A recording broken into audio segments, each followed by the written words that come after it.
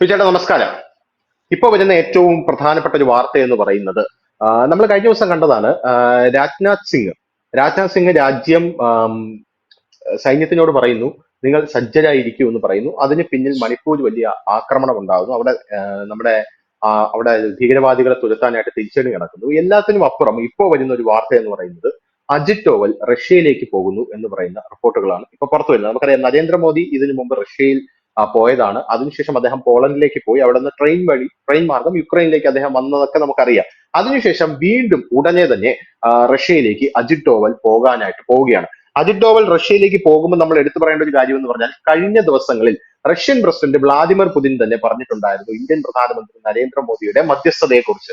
ആ യുദ്ധം ഒഴിവാക്കുന്നതിൽ അത് അദ്ദേഹം സ്വീകരിക്കുന്നു എന്നാണ് അദ്ദേഹം പറഞ്ഞത്. പോരാത്തതിന് യുക്രൈനുമായിട്ടുള്ള യുദ്ധത്തിൽ നരേന്ദ്രമോദിയുടെ ഇടപെടൽ നിർണായകമാകും എന്ന് പറഞ്ഞിട്ടുണ്ട്. അപ്പൊ ഈ ഒരു സാഹചര്യത്തിൽ അജിത് ഡോവലിന്റെ റഷ്യൻ സന്ദർശനം, വീണ്ടും അജിത് ഡോവൽ റഷ്യയിലേക്ക് സന്ദർശിക്കാനായിട്ട് ഒരുങ്ങുകയാണ്. എന്തായിരിക്കും അജിത് ഡോവൽ വീണ്ടും റഷ്യയിലേക്ക് പോകാനുള്ള കാരണം? ഇതിന് പിന്നിൽ എന്തെങ്കിലും നയതന്ത്രപരമായിട്ടുള്ള അല്ലെങ്കിൽ പൊളിറ്റിക്കൽ ആയിട്ടുള്ള സ്ട്രാറ്റജികളുണ്ട്?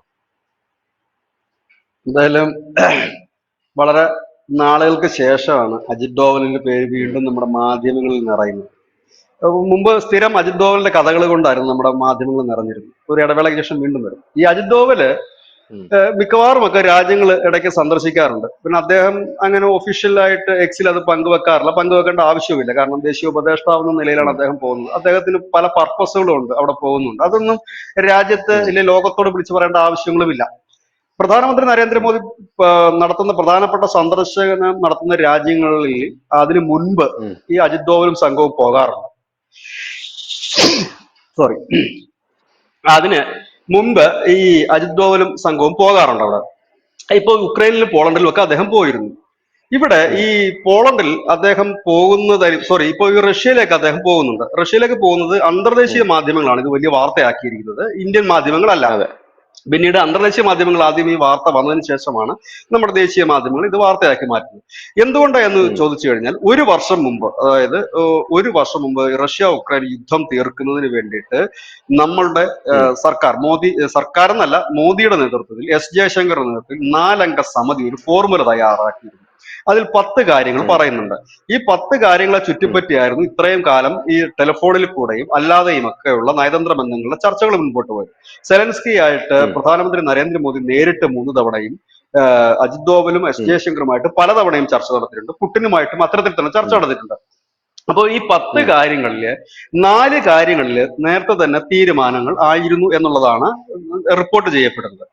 ഇതിനകത്ത് ബാക്കി 1-2 കാര്യങ്ങൾ, ഈ 10-ല് 6 എങ്കിലും ശരിയായി കഴിഞ്ഞാൽ ഏകദേശം ഒരു പച്ചക്കൊടിയിലേക്ക് പോകാം. ഇതിന്റെ 50% എങ്കിലും ശരിയാകണം. അതാണ് ഇന്ന് കഴിഞ്ഞ ദിവസം പുടിൻ പറഞ്ഞൊരു കാര്യമുണ്ട്. ഇപ്പോൾ നടക്കുന്ന ചർച്ചയുടെ 50% ആയാൽ ഈ യുദ്ധം അവിടെ തീരുമെന്ന് പറയുന്നതിന്റെ കാര്യം അതാണ്.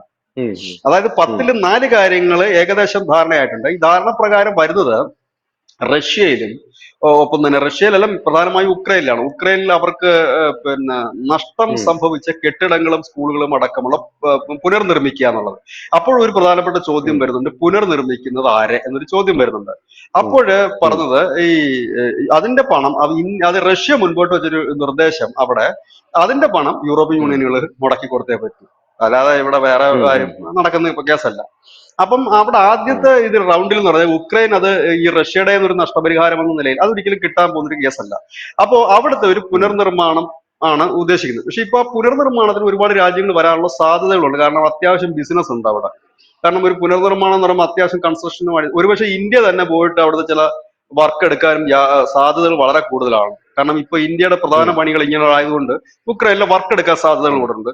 നിലവിൽ ഇപ്പോ ഉക്രൈനെ സംബന്ധിച്ച് അമേരിക്കയുടെ കമ്പനികളുടെ കയ്യിലാണ് അവിടുത്തെ പകുതി കൂടുതൽ സ്ഥലം പാട്ടത്തിനായിട്ട് ഇരിക്കുന്നത്, അവരുടെ കൺസ്ട്രക്ഷൻ. അപ്പൊ അതിനകത്തൊരു തീരുമാനം എത്തിയിട്ടുണ്ട്. രണ്ടാമത്തെ ഒരു തീരുമാനം റഷ്യ മുമ്പോട്ട് വെച്ചൊരു കാര്യം, ഈ ഉക്രൈന്റെ അതിർത്തിയും പോളണ്ടിന്റെ അതിർത്തിയോട് ചേർന്ന് കിടക്കുന്ന പ്രദേശങ്ങൾ തങ്ങളുടേതാണ്, തങ്ങൾക്ക് വിട്ടുതരണമെന്ന് പറയുന്നുണ്ട് റഷ്യ. അതിനകത്താണ് വേറൊരു ഇഷ്യൂ കിടക്കുന്നത്. കാരണം റഷ്യയെ സംബന്ധിച്ച് അത്രയും ഭാഗം കിട്ടിക്കഴിഞ്ഞാൽ നാളെ പോളണ്ട് നാറ്റോ രാജ്യമാണ്. പോളണ്ടിൽ നിന്നോ ഇല്ല ഉക്രൈൻ വഴിയോ ഒന്നും നാറ്റോ സഖ്യം റഷ്യ ആക്രമിക്കുന്നതിൽ നിന്നും ഒരു പരിധി വരെ റഷ്യക്ക് ഒരു സംരക്ഷണമാണ്. അതിനകത്ത് ചർച്ച എന്തായി പുരോഗമനം നടത്തില്ല. പക്ഷെ അവിടെ വേറൊരു സംഭവം കൂടെ ഉണ്ട്. കുറച്ച് ആഴ്ചകൾക്ക് മുമ്പ് ഒരു വാർത്ത ധനുഷ് ശ്രദ്ധിച്ചിട്ടുണ്ടാകും. റഷ്യയുടെ കിഡ്സ് അടക്കമുള്ള പ്രദേശങ്ങളിൽ, ക്രിത്തിസ് അടക്കമുള്ള പ്രദേശം, ക്രിത്തിസ് പാടങ്ങളാണ് എന്നാണ് അതിന്റെ മീനിങ് റഷ്യയുടെ.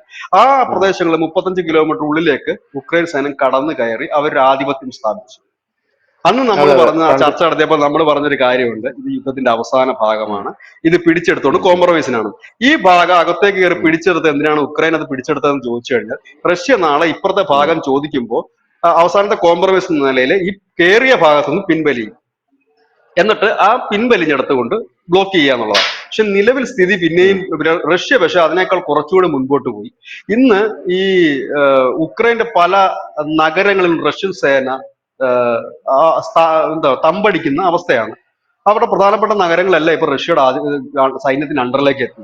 അപ്പൊ അതുകൊണ്ട് ഇപ്പൊ ഈ ഉം, ഉക്രൈന് ആ ഒരു ഫോർമുല മുമ്പോട്ട് വെക്കാൻ പറ്റില്ല, ഞങ്ങൾ ഇപ്പൊ കയറിയ സ്ഥലത്തുനിന്ന് ഇറങ്ങിത്തരാം, വേറൊന്നും തരില്ല എന്ന്. കാരണം ഇപ്പുറത്തും കയറി കഴിഞ്ഞിരിക്കുന്നു, ഇപ്പുറത്ത് കയറി പല നഗരങ്ങളും അവന്മാർ പിടിച്ചെടുത്ത് കഴിഞ്ഞിരിക്കുന്നു. ഈ ഒരു സാഹചര്യത്തിൽ ഇനിയിപ്പോ കോംപ്രമൈസ് കുറച്ചുകൂടെ എളുപ്പമാകും, കാരണം രണ്ടു കൂട്ടർക്കും ഇതിന് മുമ്പോട്ട് പോകാൻ പറ്റാത്തൊരു സ്ഥിതി. ഈ ഒരു സാഹചര്യത്തിലാണ് നമ്മളുടെ ആ ഒരു ഫൈനൽ ഫോർമുല, ആദ്യം തീരുമാനമായ 4 ഉം, കാര്യങ്ങളില് ഇപ്പൊ എനിക്ക് തോന്നുന്നു ഇതുകൂടെ വരുമ്പോഴത്തേനും ഏതാണ്ട് ശരിയാകുമെന്ന് തോന്നുന്നു.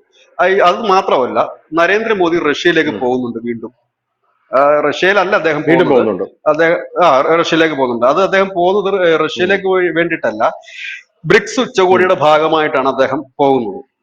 അത് റഷ്യയിലല്ല, റഷ്യയുടെ ഭാഗമായിരുന്ന എനിക്ക് തോന്നുന്നു താജിക്കിസ്ഥാനോ ഉസ്ബെക്കിസ്ഥാനോ ആ ഒരു ഭാഗത്തേക്കാണ് പോകുന്നത്. പക്ഷെ അതിന്റെ ഒരു ബോർഡർ കിടക്കുന്നത് റഷ്യയുമായിട്ടാണ്. അവിടെ വെച്ച് പുട്ടിനെ കാണും എന്നുള്ളതാണ് ഉം, നമുക്ക് മാധ്യമങ്ങൾ പറയുന്ന ഒരു വിവരം. അവിടെ വെച്ച് അദ്ദേഹം പുട്ടിനെ ഉം, കാണുന്നുണ്ട്, വീണ്ടും പോകുന്നുണ്ട്. അതായത് ഈ ഒക്ടോബർ മാസം, ഈ ഒക്ടോബർ മാസം എന്ന് പറയുന്നത് നിർണായകമായ ഒരു മാസമാണ്. കാരണം ഒന്ന്, ഉം, ഇത് നടക്കുന്നു, അതായത് ഈ സമ്മേളനത്തിന് പ്രധാനമന്ത്രി നരേന്ദ്രമോദി പോകുന്നു, പുട്ടിനെ കാണും.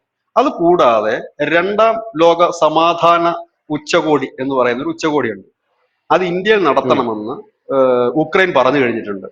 നിലവിൽ അതിൽ സൗദി, ഈജിപ്ത്, തുർക്കി, UAE അങ്ങനെ ചില രാജ്യങ്ങളൊക്കെയാണ് ആ സമാധാന ഉച്ചകോടിയിൽ ഉം, പങ്കെടുക്കുന്ന രാജ്യങ്ങൾ, അല്ലെങ്കിൽ അവിടെ വെച്ച് നടത്തണമെന്നാണ് പറയുന്നത്. ലോക സമാധാന ഉച്ചകോടിയാണ്.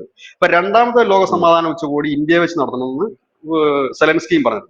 അപ്പൊ അതും ഈ ഒക്ടോബർ ലാസ്റ്റ് ഡിസംബറോട് കൂടി വരും. അപ്പൊ ഒക്ടോബർ മാസം നടക്കുന്ന 2 നീക്കങ്ങള്, ഒന്ന് പ്രധാനമന്ത്രി ഉം, നരേന്ദ്രമോദി ഈ റഷ്യയിലേക്ക് പോകുന്നു, റഷ്യയിലല്ല, പ്രോപ്പർ ഉം, റഷ്യയിലല്ല പോകുന്നത്, അദ്ദേഹം ഉച്ചകോടിയിൽ പങ്കെടുക്കാൻ പോകുന്നതാണ്, അവിടെ വെച്ച് ഇവരെ കാണുന്നു. രണ്ടാമത്തെ കാര്യം, ഇന്ത്യയില് ഈ സമാധാന ഉച്ചകോടി നടക്കും, മിക്കവാറും ഇന്ത്യയിൽ ആകാനാണ് സാധ്യത. അങ്ങനെയെങ്കിൽ അതിനു മുമ്പ് ഉം, തന്നെ ഇത് സെറ്റിൽ ആകുകയും, ഈ സമാധാന ഉച്ചകോടിക്ക് മുമ്പ്, സമാധാന ഉച്ചകോടിയിൽ വെച്ചിട്ട് ഇത് മോദി സെറ്റ് ആക്കത്തില്ല. എന്താ അത് അതിന്റെ ശരി. കാര്യം എന്നറിയാമോ? സമാധാന ഉം, ഉച്ചകോടി വെച്ച് സെറ്റ് ആയി കഴിഞ്ഞാൽ പുള്ളിക്ക് അതിന്റെ പകിട്ട് കിട്ടില്ല. കാരണം ഇതിനകത്ത് ഈജിപ്റ്റ് ഉണ്ട്, UAE ഉണ്ട്, സൗദി ഉണ്ട്, ഖത്തർ ഉണ്ട്. ഇത് ഇന്റർനാഷണൽ അവരുടെ ഉം, രാജ്യങ്ങളിലെങ്കിലും ആ വാർത്ത പോകുന്നു, സൗദി ഇടപെട്ട് യുദ്ധം തീർത്തു എന്നുള്ള ഒരു ഇമേജിലേക്ക് അത് എത്തിക്കാൻ പറ്റും. അതിനു മുമ്പ് തീർക്കും ഈ ഉം, സാധനം. അതിനു മുമ്പ് തീർത്ത് ഇതൊരു വലിയൊരു വാർത്തയായി അത് മാറുകയാണ് സാധ്യത കൂടെ. ഇനി ഇതിന്റെ ഇടയ്ക്ക് മറ്റൊരു കാര്യം കൂടെ നടക്കുന്നുണ്ട്. പാകിസ്ഥാനിൽ ഈ ചൈന ഉൾപ്പെടുന്ന ഷവോങ് കോർപ്പറേഷന്റെ ഒരു മീറ്റിംഗ് നടക്കുന്നുണ്ട്. സാധാരണഗതിയിൽ അത് പ്രധാനമന്ത്രി നരേന്ദ്രമോദി പങ്കെടുക്കുന്നതാണ്. നരേന്ദ്രമോദി പങ്കെടുക്കില്ല എന്നുള്ളതാണ് ഇതുവരെ വന്നിരിക്കുന്ന വാർത്തകൾ. പാകിസ്ഥാനിൽ വെച്ചായിട്ട് പങ്കെടുക്കില്ല. അതിനകത്ത് ചൈനയും ഉം, പാകിസ്ഥാനുമാണ് മെയിൻ റോളിലേക്ക് ഇപ്പൊ നിൽക്കുന്നത്, കാരണം ഇന്ത്യ പങ്കെടുക്കുന്നില്ല. ഇന്ത്യ ഉം, പങ്കെടുക്കാത്തതുകൊണ്ട് അപ്പൊ അതിനെ പൊളിക്കാനും ഇത് ഉതകും. അതിനൊരു ഉം, മങ്ങലുണ്ടാകും അവിടെ നടക്കുന്ന നീക്കം. അതായത് ഉം, ശരിക്കും പറഞ്ഞാൽ ഒരു ചെസ് കളി പോലെയാണ് നമ്മുടെ രാജ്യങ്ങളുടെ നയതന്ത്ര കാര്യങ്ങൾ ഇപ്പൊ നീങ്ങിക്കൊണ്ടിരിക്കുന്നത്. ഉം, ഉം, അതായത് ഒരു ഉം, ഭാഗത്തുനിന്ന് ഇന്ത്യയും പ്രധാനമന്ത്രി നരേന്ദ്രമോദി നടത്തുന്ന ഒരു നീക്കം യുക്രൈൻ യുദ്ധം അവസാനിപ്പിക്കുന്നതിന്, ഉം, മറുഭാഗത്ത് നടക്കുന്ന, അത് പ്രധാനമന്ത്രി കൂടെ പങ്കെടുക്കേണ്ട ഒരു യോഗമാണെന്നും കൂടെ നമ്മൾ ആലോചിക്കേണ്ടതായിട്ടുണ്ട്. ഈ പാകിസ്ഥാനിൽ നടക്കുന്നത് അതിൽ ഉം, പങ്കെടുക്കുന്നില്ല, അതും ഈ ഒക്ടോബറിലാണ്. ഈ എല്ലാം നടക്കുന്നത് ഈ ഒക്ടോബറാണ്. അപ്പൊ ഈ ഒക്ടോബർ മാസത്തിന് മുമ്പ്, അതായത് സെപ്റ്റംബർ, ഈ ഒക്ടോബർ ലാസ്റ്റ് അല്ലെങ്കിൽ നവംബറിന് തൊട്ട് മുമ്പ് തന്നെ ഇതെല്ലാം സെറ്റിൽ ഉം, ആകേണ്ടതായിട്ടുണ്ട്. അതിന്റെ ഭാഗമായിട്ടാണ് ഇപ്പൊ അജിത് ഡോവൽ അങ്ങോട്ട് പോയിരിക്കുന്നത്. കാരണം പ്രധാനമന്ത്രി ഉം, വീണ്ടും റഷ്യയിലേക്ക് പോകുന്നു. റഷ്യയിലെന്നല്ല, ഈ സമ്മേളനത്തിൽ പങ്കെടുക്കാനായിട്ട് പോകുന്നു. അവിടെ വെച്ച് പുടിനെ കാണുന്നതിന് മുമ്പ് ഇതിനകത്ത് ഒരു സമവായം എത്തിക്കുന്നു. അതിനുശേഷം ഒരു വമ്പൻ പ്രഖ്യാപനം ഉണ്ടാകും എന്നുള്ള കാര്യത്തിൽ യാതൊരു ഡൗട്ടും ഇല്ല. അതിനുശേഷം ലോക സമാധാന സമ്മേളനം ഇന്ത്യ നടക്കും. അതിൽ ഇന്ത്യയിലായിരിക്കണം നടക്കാൻ സാധ്യത. അവിടെ ഉം, പ്രധാനമന്ത്രിക്കും മോദിക്കും ഒരു വലിയ മൈലേജ് കിട്ടുന്ന ഒരു സമ്മേളനമായിട്ട് അത് മാറുകയും ചെയ്യും. മറുഭാഗത്ത് ഉം, പാകിസ്ഥാനിൽ ഇങ്ങനെ ഒരു സമ്മേളനം നടക്കുന്നുണ്ട്, ഒരു ഉച്ചകോടി നടക്കുന്നുണ്ട്. ആ ഉച്ചകോടിയിൽ ഇന്ത്യ ഉം, പങ്കെടുക്കണോ വേണ്ടയോ എന്ന് പോലും തീരുമാനിച്ചില്ല. സാധാരണ പ്രധാനമന്ത്രി പങ്കെടുക്കാത്ത യോഗങ്ങളിൽ ജയശങ്കർ ആണ് പോകുന്നത്. അദ്ദേഹവും ഉം, പങ്കെടുക്കുവോ ഇല്ലയോ എന്നുള്ള കാര്യത്തിൽ യാതൊരു ഉറപ്പുമില്ലാതെ നിൽക്കുന്നു. ഇത് 2 സിറ്റുവേഷൻ. പിന്നെ ധനുഷ് ആദ്യം സൂചിപ്പിച്ചതുപോലെ മണിപ്പൂർ അടക്കമുള്ളിടത്തെ വിഷയങ്ങൾ നിൽക്കുന്നു. അപ്പൊ അജിത് ഡോവൽ എന്ന് പറയുന്ന ഒരു വ്യക്തി പോകുമ്പോൾ അതിന് ഒരുപാട് മാനങ്ങളുണ്ട്. റഷ്യ ഉക്രൈൻ യുദ്ധമാണ് നമ്മൾ ഹൈലൈറ്റ് ചെയ്യുന്നതെങ്കിലും അന്തർദേശീയ മാധ്യമങ്ങൾ ഉം, പറയുന്നതെങ്കിലും അതിനുപരി ചില പ്രശ്നങ്ങൾ അവിടെ ഉണ്ട്. ഒന്ന്, ബംഗ്ലാദേശും നമ്മളുമായിട്ടുള്ള ഇഷ്യൂ. രണ്ട്, അതെ. മ്യാൻമാറിലുള്ള ഇഷ്യൂ. അതിന്റെ ഇടയിൽ ഈ ഉം, ചൈന കൂടി ഒരു ഇഷ്യൂ ഉണ്ടായിക്കഴിഞ്ഞാൽ ഇപ്പൊ നമ്മളുടെ ഏറ്റവും കൂടുതൽ ശ്രദ്ധ നടക്കുന്നത് ജമ്മു കാശ്മീരിൽ തെരഞ്ഞെടുപ്പ് നടക്കുകയാണ്. സെപ്റ്റംബർ 18-നാണ് ജമ്മു ഉം, കാശ്മീരിൽ ഒന്നാം ഘട്ട തെരഞ്ഞെടുപ്പ് നടക്കുക. നമ്മളുടെ എല്ലാ ഉം, ശ്രദ്ധയും ഈ രാജ്യത്തിന്റെയും ഈ രാജ്യത്തിന്റെ സൈന്യത്തിന്റെയും ഈ രാജ്യത്തിന്റെ പോലീസ് ഫോഴ്സിന്റെയും എല്ലാം ശ്രദ്ധ പോയിരിക്കുന്നത് കാശ്മീരിലേക്കാണ്. ആ ഒരു സമയത്ത് ഉം, തന്നെയാണ് ബംഗ്ലാദേശ്, മ്യാൻമാറിലൊക്കെ നമുക്ക് ഇഷ്യൂ. ഇവിടെ ചൈന കൂടി അതിർത്തിയിൽ ഇടങ്കോൽ ഇട്ട് കഴിഞ്ഞാൽ നമുക്ക് ഒരു ബുദ്ധിമുട്ട് അത് ഉണ്ടാക്കുക തന്നെ ചെയ്യും. കാരണം നമ്മുടെ മുഴുവൻ ശ്രദ്ധയും നമ്മുടെ ഫോഴ്സിന്റെ മുഴുവൻ ശ്രദ്ധയും എല്ലാം ജമ്മു കാശ്മീരിലേക്ക് നിൽക്കുമ്പോൾ ഇവിടെ ഒരു പ്രധാനപ്പെട്ട ചൈനയുമായിട്ട് നമുക്ക് ഒരു ഇത് വെക്കുക എന്നുള്ളതാണ്. അത് മാത്രമല്ല, ഉം, ഇപ്പോഴത്തെ ബംഗ്ലാദേശിന്റെ ഒരു അവസ്ഥയും മ്യാൻമാറിന്റെ അവസ്ഥയും വെച്ചിട്ടാണെങ്കിൽ ഇന്ത്യക്ക് കയറി അടിക്കേണ്ടതായ ഒരു സാഹചര്യം വന്നുകൂടായികയില്ല. കാരണം ഈ ഉം, ഉം. ബംഗ്ലാദേശിൽ നിന്ന് ഇപ്പൊ ഈ കഴിഞ്ഞ ദിവസം അതിൽ വന്നൊരു വാർത്ത എന്ന് പറഞ്ഞാല് അവിടുത്തെ അവരുടെ ദേശീയ ഗാനം എടുത്തു കളയാൻ പോവുക ബംഗ്ലാദേശിന്റെ. അതിന് ഞാൻ കാരണം കണ്ടു അത്. രവീന്ദ്രനാഥ് ടാഗോർ എഴുതിയതാണ്. അത് ഇന്ത്യ വിരുദ്ധതയിലേക്ക് ആ രാജ്യം നീങ്ങിക്കൊണ്ടിരിക്കുന്നു. അപ്പൊ സ്വാഭാവികമായി അവിടെയുള്ള ഭീകരവാദികൾ ഇല്ലെങ്കിൽ മതമൗലികവാദികൾ ഒരു നുഴഞ്ഞു കയറ്റുമ്പോൾ അങ്ങനെ നടക്കാൻ സാധ്യതയുണ്ട്. പക്ഷെ കാശ്മീർ പോലെയല്ല, കുറച്ചുകൂടെ ക്ലിയർ ആയിട്ടുള്ള അതിർത്തിയാണ്. ഉം, പട്ടാള അടിക്കും എന്നുള്ള കാര്യത്തിൽ യാതൊരു സംശയമില്ല. കഴിഞ്ഞ ദിവസം ഒരു പെൺകുട്ടി മരിച്ചതുമായി ബന്ധപ്പെട്ട് വലിയ രീതിയിലുള്ള സമരം ഇപ്പോഴും നടക്കുന്നുണ്ട്. പ്രതിഷേധം നമ്മുടെ ബി എസ് ഉണ്ടായിരുന്നു. എഫ് നമ്മുടെ ബി എസ് എഫ് കൊന്നെന്നും പറഞ്ഞു. അപ്പോ ബംഗ്ലാദേശിന് ഇനി ഉം, അങ്ങനെ ചെറിയൊരു സംഭവം ഉണ്ടായാൽ അടിക്കും എന്നുള്ള കാര്യം 100% ഉറപ്പാണ്. മ്യാൻമാറിന്റെ അടുത്ത് ഉം, ഈ രണ്ടിടത്തും നമ്മൾ കയറി അടിക്കുമ്പോൾ നമുക്ക് ഉം, മൂന്നാമത് ഉള്ള ചൈനയിൽ നിന്ന് വേറെ ഇഷ്യൂസുകൾ ഉണ്ടാകരുത്. കാരണം ഉം, നമ്മൾ അടിക്കുന്നത് നമ്മുടെ സുരക്ഷത്തിന് വേണ്ടിയിട്ട്, അല്ലാതെ രാജ്യം പിടിച്ചടക്കാനോ ഇല്ലെങ്കിൽ അവിടുന്ന് എന്തെങ്കിലും അടിച്ചോണ്ട് പോകാനോ അല്ല. ചൈന അവിടെ ഉം, സൈലന്റ് ആയിട്ട് നിൽക്കണം. ഇപ്പൊ ചൈന എടുത്ത് അത്തരം ഒരു ആവശ്യങ്ങൾ മുൻപോട്ട് വെക്കാൻ ഇപ്പോൾ ലോകത്ത് ഒരു ശക്തിക്കേ കഴിയും. അത് റഷ്യയാണ്, പുടിനാണ്. ഉം, പുടിൻ ഉം, മോദിയുമായിട്ടും നല്ല ബന്ധമാണ്, ചൈനയുമായിട്ടും ബന്ധമുണ്ട്. അതുകൊണ്ട് പുടിൻ ഉം, പറയുകയാണ്, നിങ്ങൾ കുറച്ച് സമയത്തേക്കൊന്ന് കണ്ണടക്കണം, അവന്മാരുടെ രാജ്യം സംരക്ഷിക്കാനാണ് അടിക്കുന്നത്, അല്ലാതെ ഒന്നും പിടിച്ചെടുക്കാനല്ല. ഉം, ചൈന അങ്ങനല്ലല്ലോ, അവര് ഇത് പിടിച്ചെടുക്കാനും അവിടെ അടിച്ചോണ്ട് പോകാനാണ് അവർ നിൽക്കുന്നത്. നമ്മൾ അതല്ല ചെയ്യുന്നത്, നമ്മുടെ സുരക്ഷയ്ക്ക് വേണ്ടിയാണ്. അപ്പോ ഈ ഉം, ബംഗ്ലാദേശിന്റെ ആയാലും അതുകൊണ്ടാണ് ഈ ബംഗ്ലാദേശ് കിടന്ന് ഇങ്ങനെ ചൊറിഞ്ഞിട്ട് നമ്മൾ ഒരു അക്ഷരം തിരിച്ചു പറയാത്തത്. കഴിഞ്ഞ ദിവസം പറഞ്ഞില്ലേ, ഉം, ഉം, ഹസീന വായടപ്പിക്കണം, അതാണ് ഇതാണെന്നൊക്കെ പറഞ്ഞു. ആദ്യം ഉം, ഹസീനെ വിട്ടുകൊടുക്കണം എന്ന് പറഞ്ഞു. അത് മൈൻഡ് പോലും ഉം, ചെയ്തില്ല ഇന്ത്യ. അവിടെ അവർ ഔദ്യോഗികമായിട്ടാണ് ഉം, ആവശ്യപ്പെട്ടത്, ബംഗ്ലാദേശ് സർക്കാർ ഉം, ഔദ്യോഗികമായി ഹസീനെ വിട്ട്. നമ്മൾ മൈൻഡ് ചെയ്തിട്ടില്ല. ആ സാധനം നമ്മൾ കേട്ട ഭാവം നടിച്ചിട്ടില്ല എന്നുള്ളതല്ല, നമ്മുടെ ഉം, ഒരു സാധാരണ മന്ത്രി ഒരു പോലും അതിനൊരു അഭിപ്രായം പറയാൻ നിന്നില്ല. ഒരു ബി.ജെ.പിയുടെ പഞ്ചായത്ത് ഉം, പ്രസിഡന്റ് പോലും അതിനൊരു അഭിപ്രായം പറയാൻ നിന്നില്ല. അവർ മൈൻഡ് ചെയ്തില്ല, ഉം. ആരോ എന്തൊക്കെ പറയുന്നത്. അതാണ് ഇപ്പൊ ഒന്നും അവന്മാരുടെ മൈൻഡ് ചെയ്യാതിരിക്കുന്നതിന്റെ കാര്യം എന്ന് വെച്ച് കഴിഞ്ഞാൽ അവന്മാർക്കും ഉം, അതറിയാം, വന്നാൽ അടിയ ഉറപ്പാണ്. അപ്പൊ അതിന് വേണ്ടിയിട്ട് ഉം, നമുക്ക് ഈ ഒന്നും നാല് ഭാഗത്ത് ഒരേ സമയത്ത് ഒരു രാജ്യത്തിനും അറ്റാക്ക് നിൽക്കാൻ പറ്റില്ല. ഇസ്രയേൽ പോലും അങ്ങനെ നിൽക്കുന്നില്ല. അവർ പണ്ടോട്ട് അങ്ങനെ നിന്നവരാണെങ്കിൽ പോലും അവർ നിൽക്കുന്നില്ല. ചൈന, പാകിസ്ഥാൻ, ബംഗ്ലാദേശ്, മ്യാൻമാർ, ഈ നാലെണ്ണം കൂടെ നിൽക്കുന്നത്. അപ്പൊ നമുക്ക് എന്താണ് വേണ്ടത്? നമുക്ക് ചൈനയുടെ ഭാഗത്തു നിന്ന് അതിർത്തിയിൽ സംഘർഷാവസ്ഥ ഉണ്ടാകരുത്, സൈലന്റ് ആയിട്ട് അവിടെ നിൽക്കണം. പകരം നമ്മൾ നമ്മുടെ അതിർത്തി നമുക്ക് സുരക്ഷിതമാക്കാൻ വേണ്ടി നമുക്ക് കയറി അടിച്ചേ പറ്റുള്ളൂ. ആ ഒരു ഉം. സിറ്റുവേഷനിലേക്കാണ് കാര്യം പോകുന്നത്. അത് മ്യാൻമാറിൽ നമ്മൾ പിന്നെ സ്ഥിരം കയറി അടിക്കുന്നതുകൊണ്ട് അവന്മാർക്ക് അതൊരു ശീലമാണ് അവിടെ നമ്മൾ കയറി അടിക്കുന്നത്. പിന്നെ ബംഗ്ലാദേശ് അങ്ങനെയല്ല. ബംഗ്ലാദേശിനെ സംബന്ധിച്ച് അതൊരു പുതുമയുള്ള ഒരു കാര്യമായിരിക്കും. അപ്പൊ ഇപ്പോഴത്തെ ഒരു ഉം, സാഹചര്യത്തിൽ ചൈന മിണ്ടാതിരിക്കാനുള്ള സാധ്യതകൾ വളരെ കൂടുതലുമാണ്. അതിനാണ് ഇപ്പോൾ ഈ ദോവൽ ഉം, പോകുന്നതിന്റെ മറ്റൊരു ഉദ്ദേശം എന്ന് തന്നെയാണ് പ്രധാനപ്പെട്ട ചില ഉം, മാധ്യമങ്ങളും ഈ ഡിഫൻസ് വാർത്തകൾ ചെയ്യുന്ന മാധ്യമങ്ങളുടെ സോഴ്സുകളും പറയുന്നത്. അതായത് നമ്മൾ ഉം, അടി കൊടുക്കാൻ തയ്യാറായിട്ട് നിൽക്കുകയാണ്. കാരണം ബംഗ്ലാദേശിന് ഇപ്പൊ നമ്മൾ മൈൻഡ് ചെയ്യാത്തതിന്റെ പ്രധാനപ്പെട്ട കാരണവും ഇത് തന്നെയാണ്. ഒരു ഉം, സോഫ്റ്റ് കോർണർ ഇനി ബംഗ്ലാദേശിനോട് വേണ്ട. കാരണം അവർ ആ രീതിയിലാണ് പെരുമാറുന്നതെങ്കിൽ അതേ നാണയത്തിൽ തിരിച്ചടിക്കുക എന്നുള്ളതേ ഉള്ളൂ. അവിടെ ഉം, ചൈനയ്ക്ക് ഇപ്പോഴത്തെ സാഹചര്യം ഇടപെടാനും പറ്റില്ല. അവരുടെ സാമ്പത്തിക പ്രതിസന്ധി രൂക്ഷമാണ് അവർക്ക്.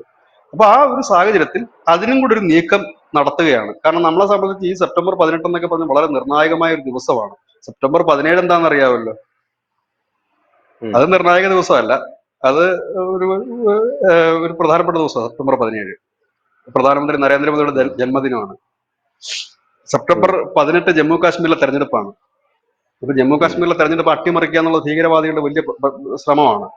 ഇപ്പൊ കഴിഞ്ഞ ദിവസമൊക്കെ ഈ ഉം, ഹൂറിയത്ത് കോൺഫറൻസ് നേതാക്കളെയൊക്കെ പിടിച്ച് അകത്തിട്ടിരുന്നു, വീട്ടുതടങ്കലിലാക്കി തുടങ്ങിയിട്ടുണ്ട്. അപ്പൊ അത് നമുക്ക് നോക്കണം. അപ്പൊ നമ്മുടെ ശ്രദ്ധകൾ മുഴുവൻ, അപ്പൊ അസാർ റൈഫിൾസ് ഒക്കെ നമ്മുടെ ഈ അസാമിൽ നിന്നും മണിപ്പൂരിൽ നിന്നും അസാർ റൈഫിൾസിനെ മുഴുവൻ പിൻവലിച്ചിട്ട് ഇപ്പൊ ജമ്മു കാശ്മീർ ഇട്ടിരിക്കുകയാണ്, വനമേഖല ഉൾപ്പെടെ ഇത് സെർച്ച് ചെയ്യാനും മറ്റുള്ള കാര്യങ്ങൾക്കും. അപ്പൊ അത് കഴിയുന്നത് വരെ നമുക്ക് നമ്മുടെ ബോർഡർ സുരക്ഷിതമാക്കിയേ പറ്റൂ. അതായത് ഇവന്മാരുടെ ഭാഗത്തുനിന്ന് അറ്റാക്ക് വന്ന് അടി കൊടുത്തേ നമുക്ക് പറ്റൂ. അതിനും കൂടെ വേണ്ടിയിട്ടായിരിക്കണം ഒരു പക്ഷെ അജിത് ഡോവൽ പോയിരിക്കുന്നത്. അങ്ങനെ രണ്ട് ഉദ്ദേശം ആണ് പറയുന്നത്. അതായത് പുറമേ പറയുന്ന ഒരു ഉദ്ദേശവും ലോക ഉം, മാധ്യമങ്ങൾ റിപ്പോർട്ട് ചെയ്തതും ഈ റഷ്യ ഉക്രൈൻ യുദ്ധം തീർക്കുന്നതിന് വേണ്ടിയിട്ടും. മറ്റൊരു വശം ഉം, എന്ന് പറയുന്നത് ഇതാണ്, അതായത് ഉം. സൈഡ് സേഫ് ആക്കുക, അടിക്കാൻ പോവുക എന്നുള്ളതാണ്. കാരണം മ്യാൻമാറിൽ നിന്ന് നമ്മളൊരു വലിയ ആക്രമണം പ്രതീക്ഷിക്കുന്നൊന്നുമില്ല.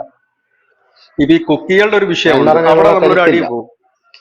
ഈ മണിപ്പൂരിൽ ഒരു ചെറിയ അടിച്ചതൊക്കെ ഉണ്ടാകും, അത് നമ്മുടെ രാജ്യത്തിനകത്തുള്ള പ്രശ്നമാണ്. പക്ഷെ ഉം, ബംഗ്ലാദേശിന്റെ ഉം. അവിടുന്ന് ഒരു ഇഷ്യൂ വരാനുള്ള എല്ലാ സാധ്യതകളും, ബംഗ്ലാദേശ് സൈന്യമാണെന്നല്ല ഞാൻ പറയുന്നത്, ഈ ജമാഅത്തെ ഇസ്ലാമി അടക്കം പിന്തുണയ്ക്കുന്ന ഭീകരവാദ സംഘടനകളും മതമൗലികവാദ സംഘടനകളും പ്രശ്നം ഉണ്ടാക്കാൻ സാധ്യതയുണ്ട്. അങ്ങനെയാണെന്നുണ്ടെങ്കിൽ അത് അതിർത്തിയിൽ ഇന്ത്യ നന്നായി തന്നെ ഇപ്പൊ നമ്മൾ പഴയ കണക്ക് മൈക്കിലൂടെ വിളിച്ചു പറയുന്ന പരിപാടി ഇല്ലല്ലോ ഇപ്പൊ അതിർത്തിയിൽ. അതിർത്തി ഉം. കടക്കാൻ വരുന്നവരെ വെടിവെച്ചിടുക എന്ന് തന്നെയാണ് ഇപ്പൊ നമ്മൾ തുടങ്ങിയിരിക്കുന്ന പരിപാടി. അതുകൊണ്ടാണല്ലോ ഇപ്പൊ അതിർത്തി കടക്കാൻ വരുന്നതായിട്ട് ഇപ്പൊ ബംഗ്ലാദേശിൽ നിന്ന് ആരും വരുന്നില്ല. അതാണ് ഈ പെൺകുട്ടി മരിച്ച സംഭവം, അങ്ങനത്തെ ഒരു സംഭവമായിരുന്നു. പക്ഷെ നമ്മുടെ ഇന്ത്യ ഇതുവരെ സ്ഥിരീകരിച്ചിട്ടില്ല അത് വെടിവെച്ചത് ഇന്ത്യ ആണ് എന്നുള്ളത്, അന്വേഷണം നടക്കുന്നേ ഉള്ളൂ.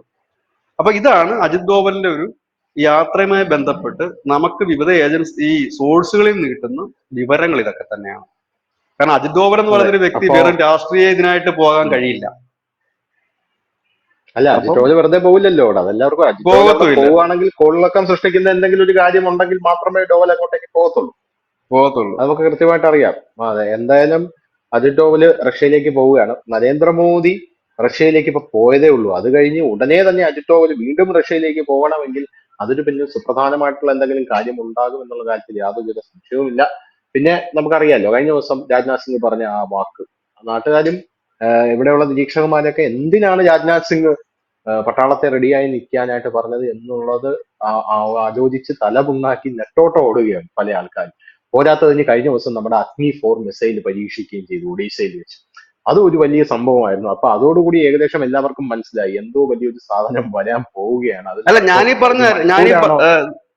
ധനുഷ, ഞാനീ പറഞ്ഞ രണ്ടാമത്തെ തിയറിക്കാണ് ഉം, കുറച്ചുകൂടെ സാധ്യത. ഏതാ?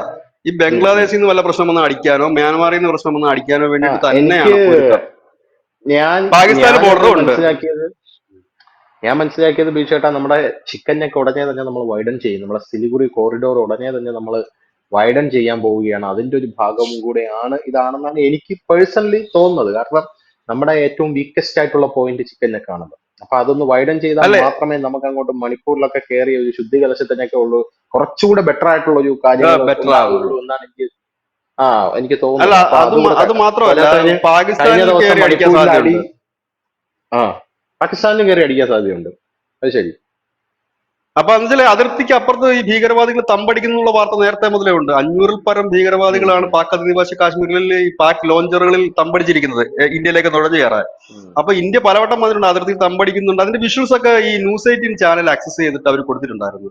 അതിർത്തിയിൽ ഈ ലോഞ്ച് പാഡിൽ ഈ ഭീകരന്മാർ ഇരിക്കുന്നതൊക്കെ. അപ്പോ അതിർത്തി ഉം. കളഞ്ഞ് ചിലപ്പോൾ ഒരു സർജിക്കൽ സ്ട്രൈക്കിന് സാധ്യതയും ഉണ്ട്. അപ്പൊ ഇതിനെല്ലാം വേണ്ടത് ഒരു നയതന്ത്രമാണ്. ആ നയതന്ത്രമാണ് ഇപ്പോൾ അജിത് ഡോവലിന്റെ ഭാഗത്ത് നിന്ന് ഉണ്ടാകുന്നതെന്നാണ് എനിക്ക് തോന്നുന്നത്. അതെ. ഉം. അത് തന്നെ ആയിരിക്കണം അജിത് ഡോവലിന്റെ ഭാഗത്തുനിന്ന് ഉണ്ടാകുന്നത്. കാരണം ഇത് ഡിജിറ്റൽ യുഗമായതുകൊണ്ട് നമ്മുടെ തോന്നലുകളല്ല, നമുക്ക് എല്ലാം കയ്യിൽ ആക്സസ് ചെയ്യാനായിട്ട് കൃത്യമായിട്ട് പറ്റും. ആക്സസ് ചെയ്യാൻ ഈ പറ്റുന്നുണ്ട്.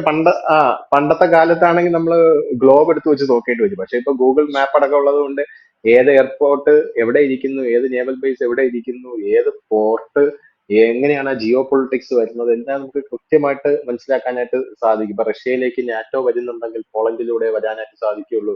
റഷ്യ യുക്രൈനിൽ പിടിച്ചെടുത്ത സ്ഥലങ്ങൾ മുഴുവനും കൃത്യമായിട്ട് മാപ്പിൽ അവര് അക്കമിട്ട് കാണിച്ചു തരും, ഇത്രയും സ്ഥലങ്ങളാണ് പിടിച്ചെടുത്തത്. അതുകൊണ്ട് അത് വെച്ചിട്ട് നമ്മളിപ്പോ പറയുന്ന കാര്യങ്ങളൊക്കെ വളരെ ആക്യുറേറ്റ് ആകാനുള്ള സാധ്യതകളാണ് കാണുന്നത്. എന്തായിരുന്നാലും നമുക്ക് വരുന്ന മണിക്കൂറുകളിൽ അറിയാൻ സാധിക്കും എന്താണ് നമ്മുടെ രാജ്യത്ത് സംഭവിക്കാനായിട്ട് പോകുന്നത്, എന്താണ് സൈന്യത്തിന്റെ മനസ്സിൽ. പ്രതിരോധ മന്ത്രി എന്തിനാണ് അവരോട് റെഡിയായിരിക്കാൻ പറഞ്ഞത്, അജിത് ഡോവൽ എന്തിനാണ് റഷ്യയിലേക്ക് പോയത് എന്നുള്ളതൊക്കെ.